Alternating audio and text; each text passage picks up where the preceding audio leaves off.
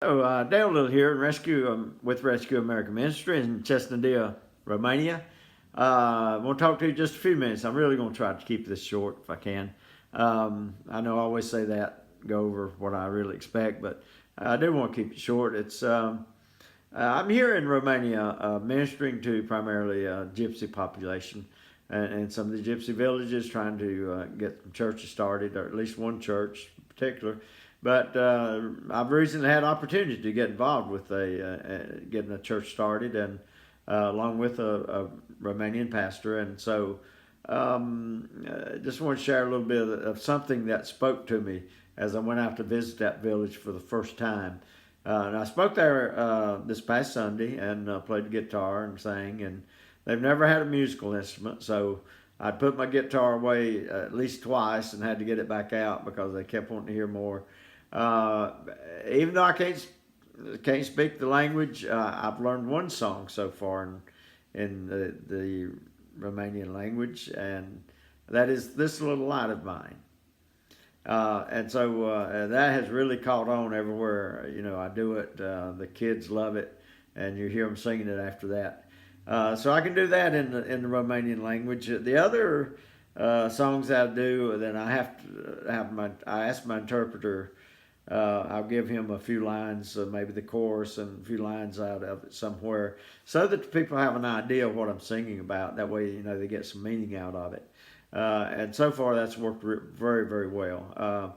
I do as time goes by. I want to add, another song here and there. Right now, they have to be pretty simple, easy to translate, and so I'm looking for another one to add. But at any rate, uh, I made my first visit in that village, I was surprised, and I was told how poor it was, and most gypsy villages are. Uh, One lady was asked, she had a lot of kids there, and somebody asked her, "Well, how many kids do you have?" And I think she said seven, and somebody reminded her, "No, you've got nine kids." And then there's a little boy that I suppose could have been 6, 8 years old, maybe. I'm not sure, but somebody asked him how old he was, and he had no clue. His parents may not know his exact age, with that many kids, to keep up with. It's a sad situation. They're not stupid people.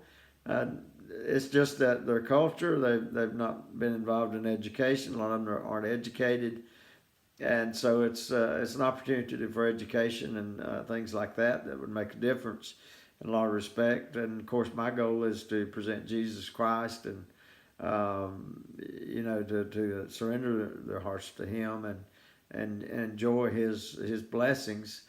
But as I was there, and this is where I'm going with this, it got me thinking a little bit about a book written by Hillary Clinton a few years ago called "It Takes a Village." When she wrote that book, I outright rejected the premise of it uh, because it's not. We've always in America it's been the parents' responsibility, and biblically throughout the scriptures, it's parents' responsibility to raise the kids. Don't belong to the government, don't belong to the community necessarily. But I began to see that. Well, I see where the idea came from, and it came out of Africa actually, but it would also apply to these gypsy villages, I suppose, also, and to some small extent, maybe even in any society. In this manner, let me just propose this to you. If you see your neighbor's kids out somewhere and they're into some kind of mischief, and you might go to them, and this has often happened. It's happened to me when I was a kid on a couple of occasions. But the neighbor might see you doing something wrong, and they'll say, "Well, I know what you did, or I saw what you did, and if I ever see you doing it again, I'll tell your parents." Or if it's serious enough, you go to the parents to start with. In that sense, the community is involved and the village is involved. But as far as the primary responsibility of raising the kids, that goes to the parent. It's not the village. But like I say, I can see where the village would be more involved, and I can see where that saying would be more applicable in places like Africa and even these gypsy villages where You have 8, 10, 12 kids in a family. It's hard to keep, mom to keep up with all of them, honestly. And so, that was a bit of a surprise to me. The other real idea, though, and this is where it really goes off the rail and where it goes wrong.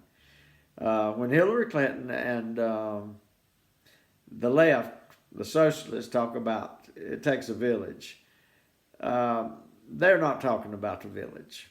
It has nothing to do with the village. They're talking about the government. They're replacing that concept and putting government in the village in place of the village. And that is where they go completely wrong. It's not the government's responsibility to raise kids and tell you how you raise your kids. That is parents' responsibility. And so I outright reject that idea, in that respect. But it did give me a new understanding of where the concept came from and why. And so I just, wanted to pass that along, give a little understanding. And I'll give you a real quick history lesson about the gypsies. Some people, will say that's a derogatory term. They may say that, to me for using it. But actually, that's what they called themselves, and that's what most of them still call themselves. But if you want to be technically correct, I guess they're known as the Roma people, Roma, and I think that even has different spelling sometimes. And from what I've learned through my research is that they're pretty sure these people came out of northern India, northwestern India, I think, or the Punjab region. For some reason, and they don't know exactly when, maybe 600, 700, 800 AD, somewhere in there. This is my own speculation, is that that would have been about the time that Islam was really, the militantly were overthrowing and conquering everywhere that they could go. And I have a feeling maybe it's a possibility that they may have been fleeing, the Muslim invasion of that time. Don't have proof of that, can't prove it, so but that time period would fit along in there. Some say, well, that couldn't have been because they wouldn't have had time to flee. Well, yes, word gets out way ahead of time before the invading armies get there. They know what was going on. But anyway, that's just a little sideline. What they did is when they left those areas, though, they came to Europe through different routes. Some, came more directly, and others actually went down through northern Africa, through Egypt, and some came up through Spain. And the ones that came up through Spain, what I've heard is that, and read and seen in some documentaries, is that they told the people, when people, they didn't know who these people were, where they came from, and as they were trying to find out where they came from, they didn't tell them they came from India. They told them they came from Egypt. And they did come through Egypt. Did they stay there for a little while before, coming on up? I'm not sure about that. But it did come through Egypt.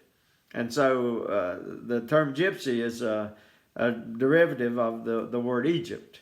And so that's where the term came from. Now, a lot of us often thought that the term gypsy came, from the Egypt people. Well, to be honest with you, their culture, for the most part, and that's not, condemnation of every gypsy or Roma person. There are some that have come out of that culture and become very productive in society and making a living for themselves, and very educated. But they have been taught oftentimes to make a living by thievery, stealing. And so that's not uncommon, but that's not where the term gypsy came from. So if you want to be correct, either one's correct. They still call themselves gypsies. And so, in that sense, it's not a derogatory term. It depends on how you're using it and who's using it and for what purpose. But it's not necessarily a derogatory term. But if you want to be more technically correct, I guess you call them the Roma people. And I usually try to refer to them as both because most people don't make that connection. But just a little bit of history lesson there, and then I just wanted to make comments as I began to see the village aspect and how the left has misused that to try to bring it into America's society. Dale Little, Rescue America Ministries.